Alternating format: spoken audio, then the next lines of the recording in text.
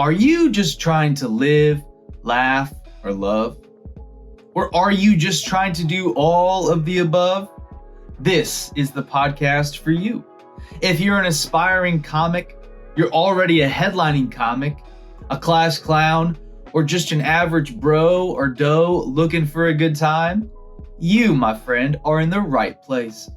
Welcome to the magical world of just trying to podcast. Here we go. Welcome, triers, doers, and everything in betweeners. This is Just Trying to Podcast with your host, Mike Tony Heath. And this week, we are talking all about just trying to stand up. Just trying to stand up comedy. How can you turn your problems into punchlines? Which is more than just about stand-up comedy. I think you'll see. I'm going to give an update on my comedy journey, how bad it's going. I tell you how I got hit by a car last week, which is why my face looks like it does if you're watching the video version of this. And lastly, where we are headed with the potty. But before we get too far, we do have some comments from you, the audience. We have a comment from the great state of Missouri. So still just at 4 states that we know. Listeners, Missouri, Washington, Illinois, and Indiana. All right, here we go. Here's the comment from last week. Chelo, long-time caller, first-time listener. My name is Teddy Two Fingers. What I've noticed is that the description or the episode description or biography, whatever you want to call it, a little long-winded there, Teddy Two Fingers, is always unclear and unhelpful. You need to work on describing your episodes. That way you will get more listeners. Anyways, really enjoy the pod. Keep up the good work. Well, thank you, Teddy Two Fingers. I wonder if that's a made-up name. I think we're all wondering if that's your government name, or how do you just have 2 fingers, or do you have 2 weird fingers? What's the story, Teddy? Let us know. I also appreciate the nod to the Nate Land podcast, the longtime caller, first time listener. I love Nate Bargatze. It's actually a little bit what we'll talk about this week on the potty, but I do need to get better at the description of the episodes. I always think I'm going to just do a great job, and then I'm editing the podcast, and I just am like, let's just publish it, you know? But I do need to get better. If you have any pro tips, Teddy or anyone else in the audience would love to know. But let's get into the meat, the mashed potatoes this week, the corned beef and cabbage of what we came here. We are just trying to stand up comedy. Let's go here first. So I was on this Facebook group. I know that sounds so Gen X of me, but a local comedian in Spokane, Washington, recommended this book, The New Comedy Bible by Judy Carter. Judy Carter, I believe. She also does an Instagram live every Tuesday afternoon at noon Pacific time, and you can hop on live with her. It's like a little comedy jam session. It's a good time. Last week I hopped on there for the first time, and I look to be back next week. But anyways, this book is the ultimate guide to writing and performing stand-up comedy, and it's the New Comedy Bible. She says, in the beginning,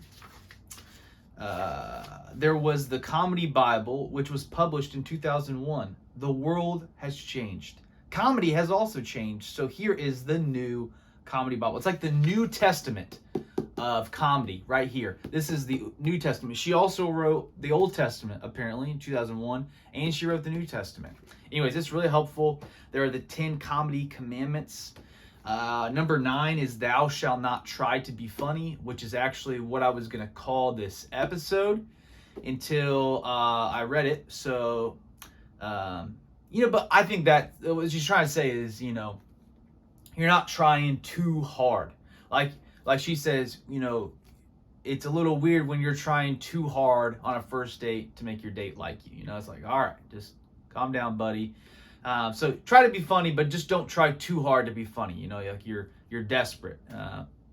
Commandment number 10 says, write every day, and I stink at this. So if you're just trying to stand up, or you're just trying to do anything, you know, work at it every day, I think that's good advice. That's the Seinfeld strategy.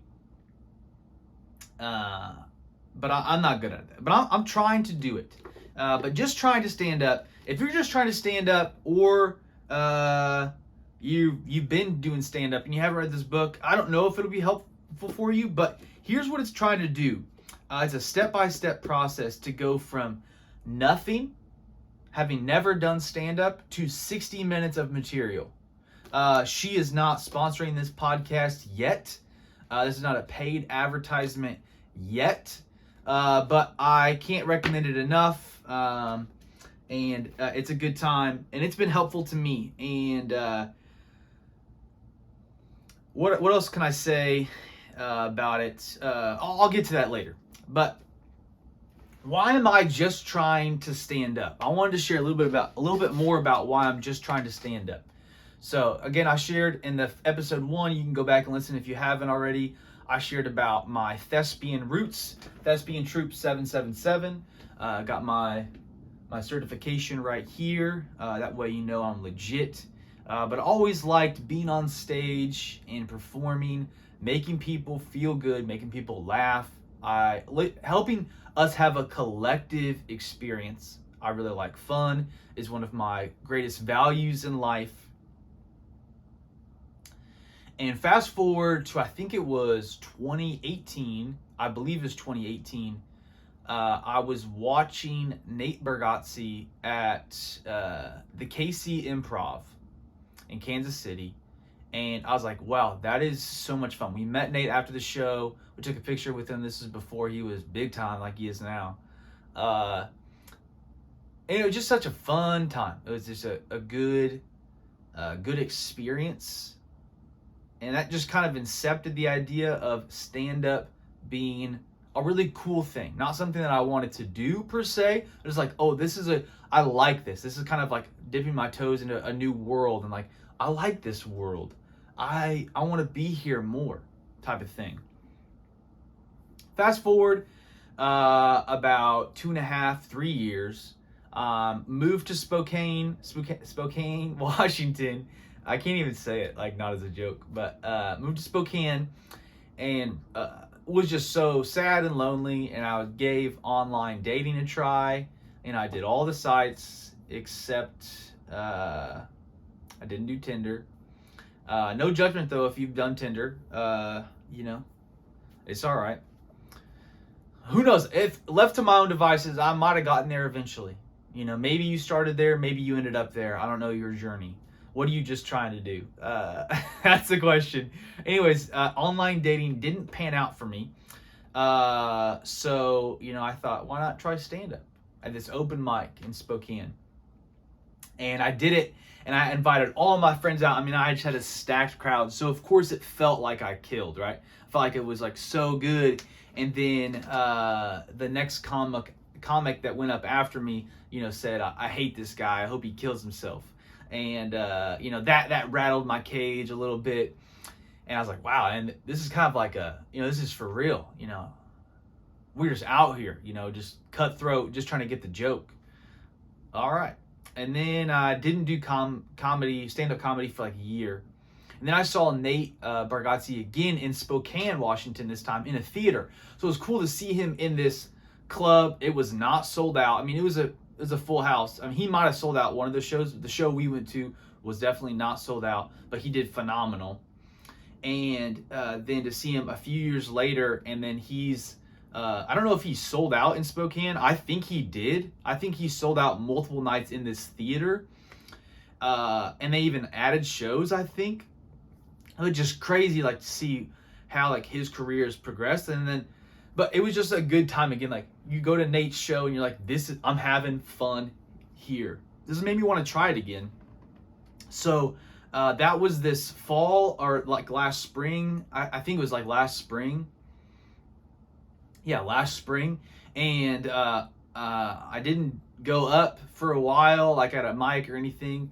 But like since October, I've gone up like 12 times, which I know is not a ton. If you're just trying to stand up, you're like, what are you doing? But I've been trying to go up 2.5 times a week, averaged out.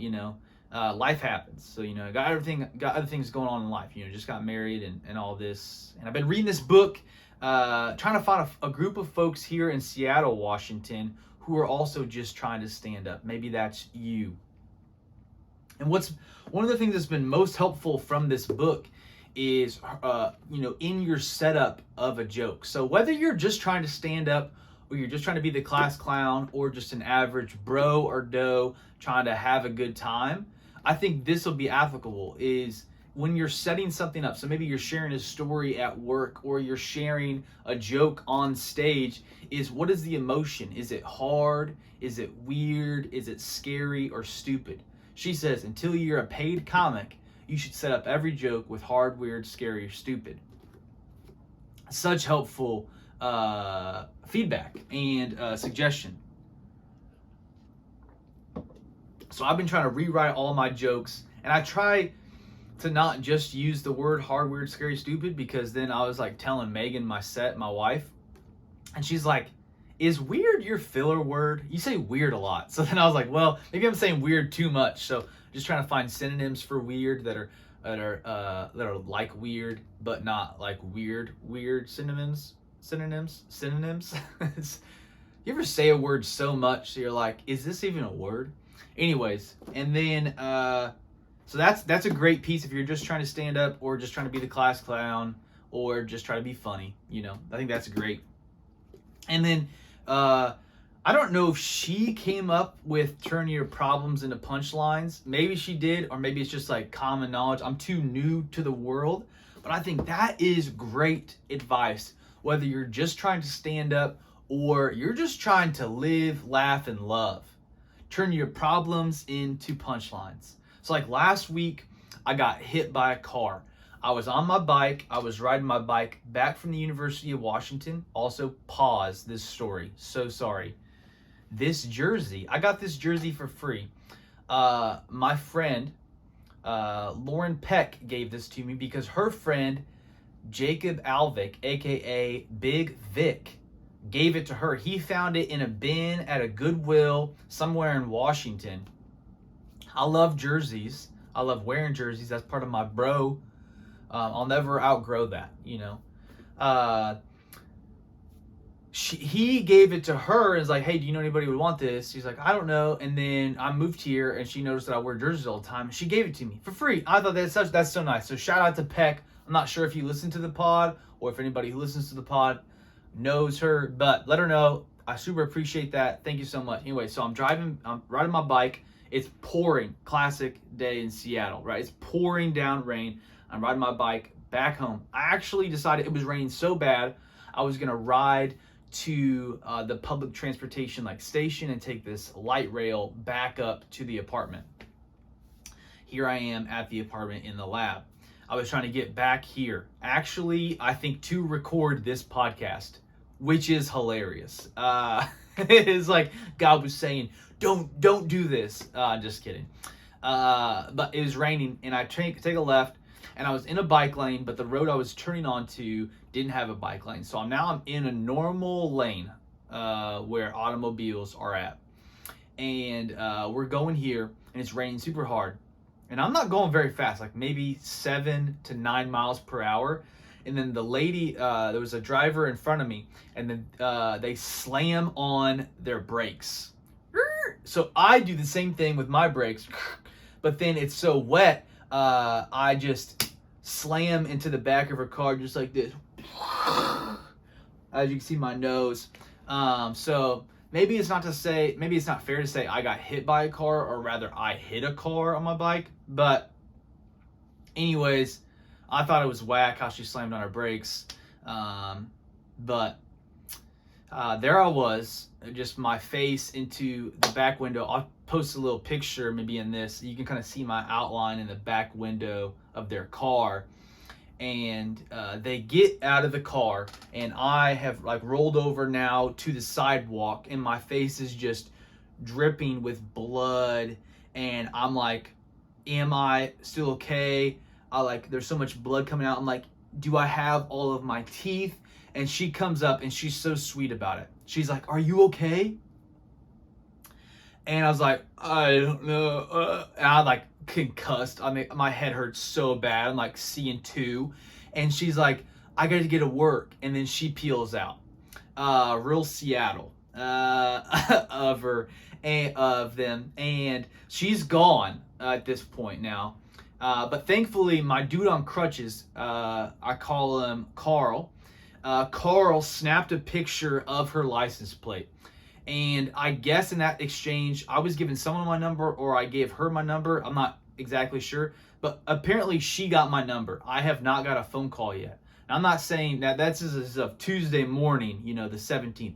She may have called. I don't want to disparage her, but she has not called me yet. And then everyone has asked me, like, why didn't you get her contact information? It's like, I don't know. I thought I was dying. I wasn't my first thought was like, do I have all my teeth? Not like, should I get her insurance? I know that, but she left, It's not like I had a ton of time. She had to get to work, I understand. But I bring this up not just to say, a little bit, like that's kind of a funny story. I went to the hospital. Actually, I went to urgent care. They said, we can't do anything. Go to this other urgent care. I went to this other urgent care. I waited 2 hours. I got in to see the doctor, and they said, we can't do anything for you here. You need to go to the ER. So I went to the ER, and I was in the ER for 6 hours, and they like numbed my mouth, and they pulled my tooth back into place, and they put this splint to hold it in place until I could go see the oral surgeon. They said, yeah, your nose is broken, which is why it looks a little crooked. I'm probably gonna have this massive scar. But I share all that to say, turn your problems into punchlines. Well, I've thought a lot about this is like, that experience it's kind of weird growing up in Missouri and or having grown up in Missouri and still having all my teeth. So now I feel like I'm finally gonna be able to fit in with my people if I end up losing this tooth. And I think it's probably one of the most Seattle things about me is that the car that I was in this accident with was a Subaru Outback. And the fact that they left the scene. It just is all like, it all can be a punchline, Even like whenever you go to the doctor, especially if you're going to the hospital or the urgent care, nurse one comes in, they're like, hey, honey, so sorry. What happened? What's the story? What brings you in here today? So you unload the whole story on them. You give them all the bloody, gory details. You're kind of excited about it too.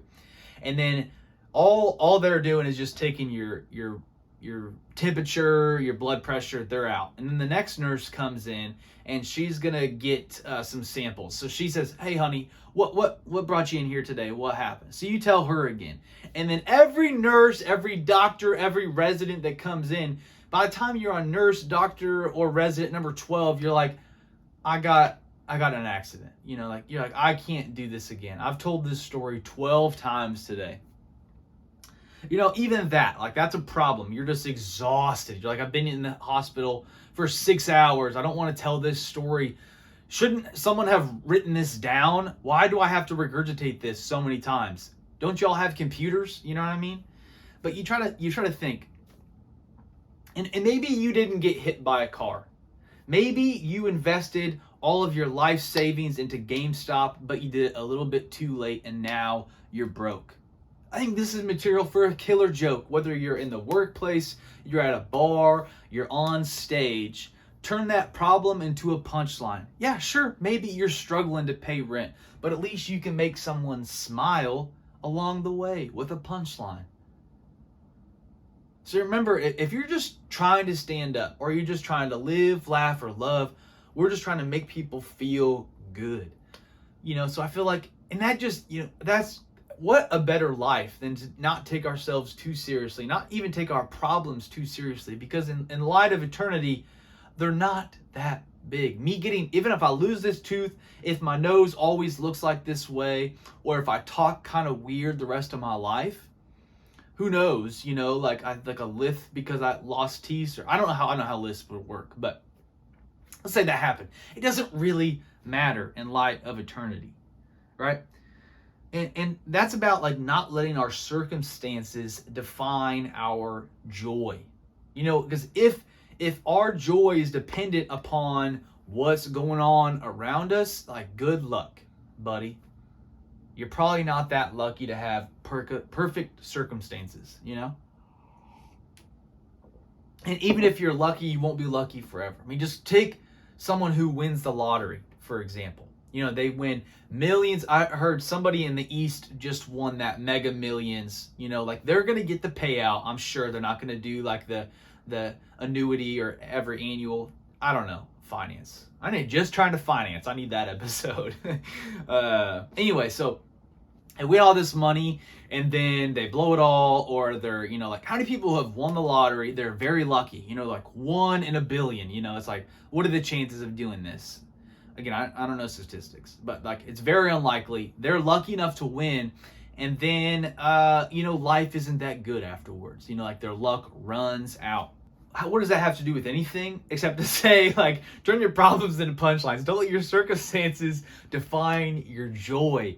If you're just trying to stand up, or you're just trying to live, laugh, or love, or all of the above, let's just remember that it's all not that serious, And maybe, you were hoping to do stand up 3 times last week, like me, and you got sick, you're throwing up, you got hit by a car, or you hit a car, whatever you want to say, perspective, right?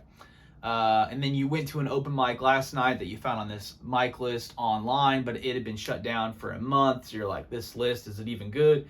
All these things. It's like, doesn't really matter at the end of the day. All that matters is, that God is real. I think that's all that matters. If that's true, then everything else is just, smooth sailing. Just trying to wrap this podcast up. We got some stickers. If you would like to comment or like or subscribe, if you like and subscribe and comment that you do so, I'll get some stickers to you. If you want more than cool stickers, maybe you're trying to join the Wildlife Wednesday movement. We have on our merch store, you can go into the link in any of our Instagram bios, so at Mike Tony Heath, or at Just Trying to Podcast, or at Wild.Life Wednesday. I believe any of those links will take you to the store where you can buy an Octo Bareback t-shirt. I believe they're $25. Anything you'd buy on the store, if there ends up being more merch on there, I don't know if there will be. Any profit from the store will just go into the podcast to make the podcast better. Whether that's to get a guest on, to get some better equipment, maybe a better microphone, which I desperately need, I think. So, if you're trying to support the podcast, trying to see this thing just get better, as we're just trying to podcast, just trying to live, laugh, or love, or all of the above, buy something. That'd be cool. I also think you can just support it if you want to do that. But like and subscribe, drink some coffee today. Tell a friend how much you appreciate them. Spread the cheer of the new year. And until next time, stay funny and stay weird. Great shot!